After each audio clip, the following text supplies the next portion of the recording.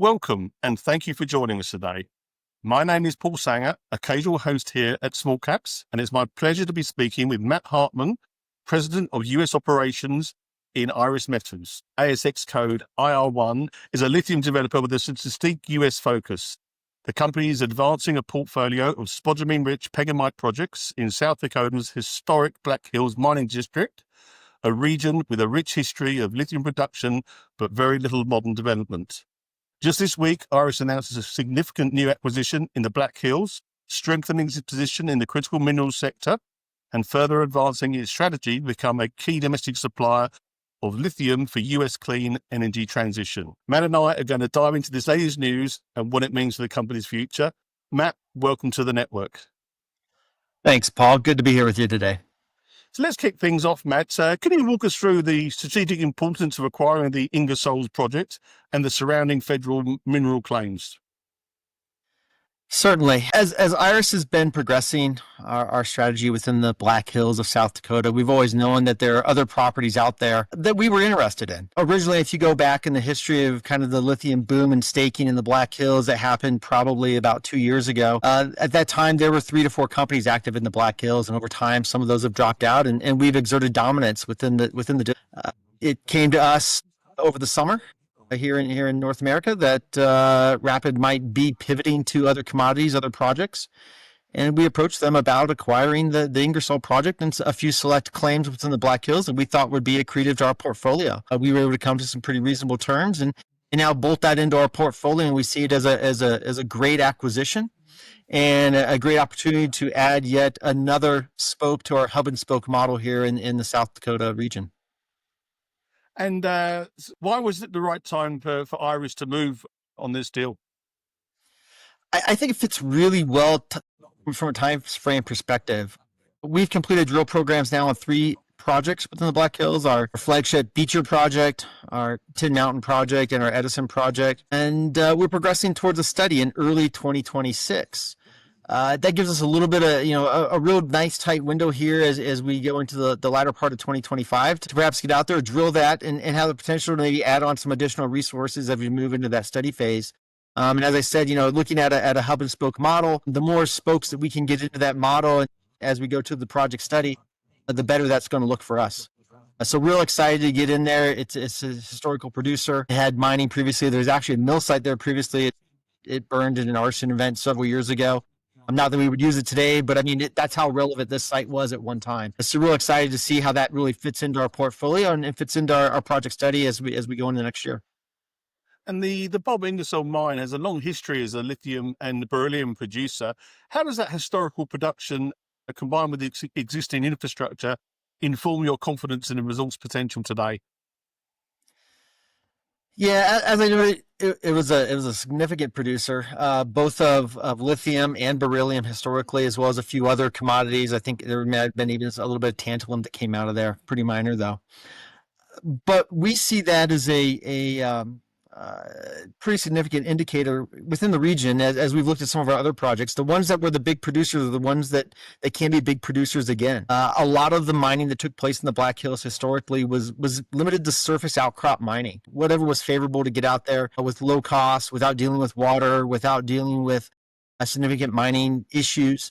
It was all just very much about what can we get in there and get fast. With that, there has been a lot of resources left in the Black Hills based on the drilling that we've completed our projects already. And we see very much of the same at Ingersoll based on the geologic modeling completed to date.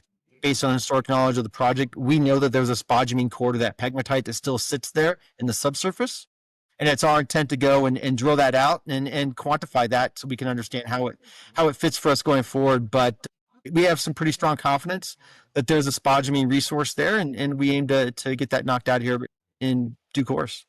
I like that confidence. And much of the Ingersoll project sits on private land, which seems like an advantage in the US in a mining context.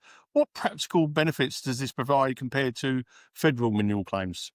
Yeah, so the Ingersoll project is entirely on private lands, much like what we have at Tin Mountain, at Edison, at Beecher. If you can't figure it out, there's a theme there for us. We see a distinct advantage to be on wholly private lands. from a permitting perspective, that keeps us out of much of the federal permitting regime, which requires a lot more time, review. You can get pushed into NEPA and EIAs, and end up also with a much more lengthy public comment process. By avoiding all of those, we have a much quicker time to permit these projects.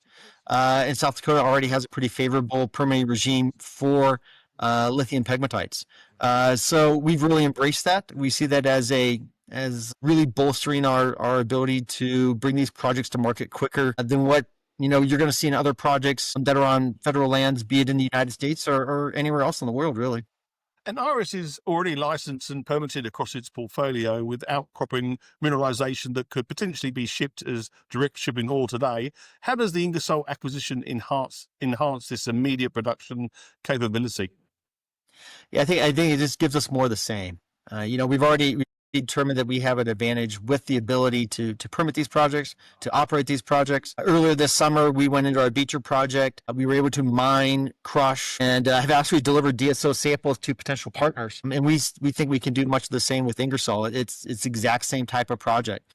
So the more of these that we can bolt on that are private land, that have outcropping mineralization, that we can build the resource up on, that's just another potential mining face that we can utilize with a central processing facility to be able to produce materials that are needed within the U.S. market right now. And the news release highlighted tantalum and beryllium potential. How material could these be in the Iris portfolio? And are they complementary to your core lithium focus?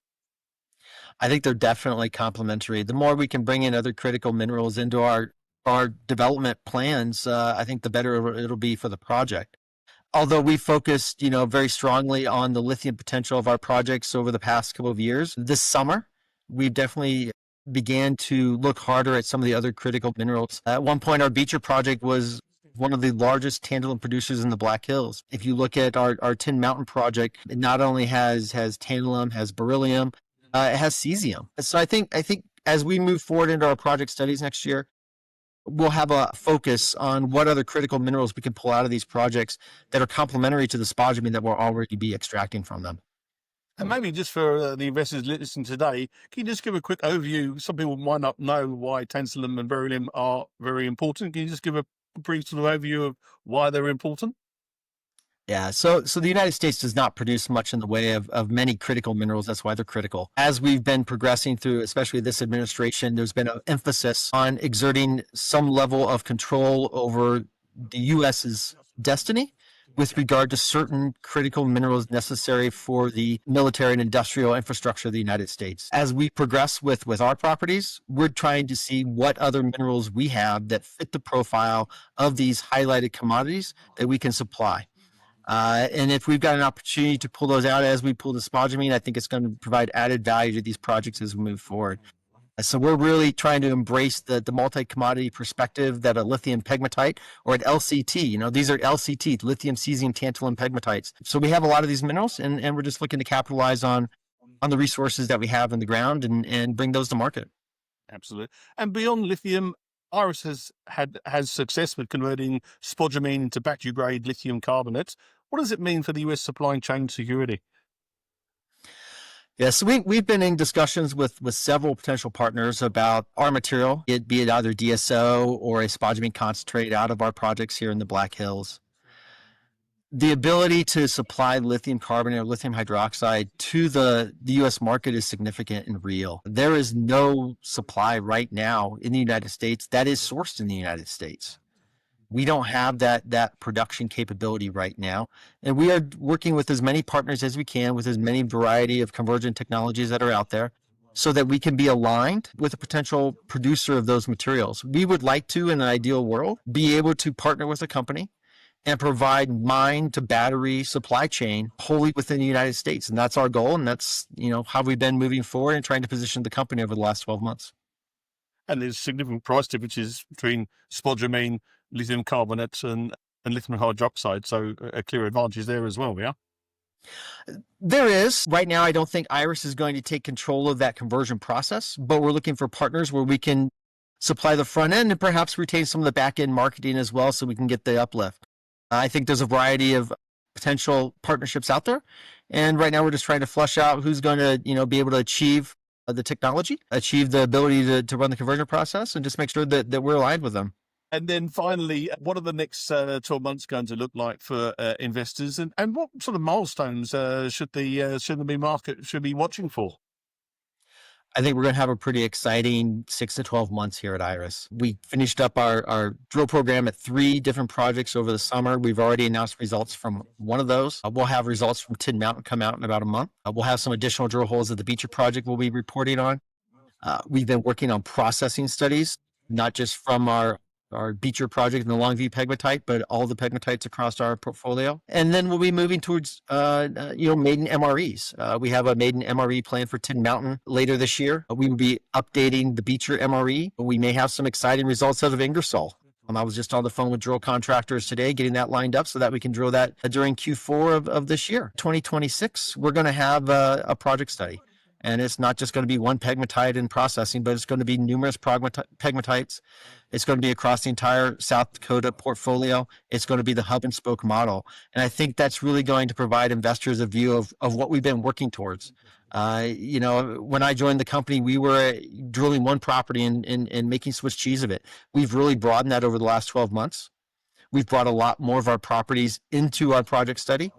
And really excited to, show the fruits of that labor to the investors as we get into next year and really demonstrate what Iris Metals is about and what we can bring to market. So yeah, I think there's going to be a lot of news flow, a lot of exciting news flow, and a lot of items out there that we're going to bring to market that really demonstrate the value proposition of what we're doing here in the Black Hills. It's clear from what we discussed today that it's a real pivotal time for Iris Metals, and you also got a lot on your plate at the moment. And for investors, looks like there's some very exciting things to come over the coming months. We will follow the story very closely. Matt, many thanks for your time today. Thank you, Paul. It was a pleasure.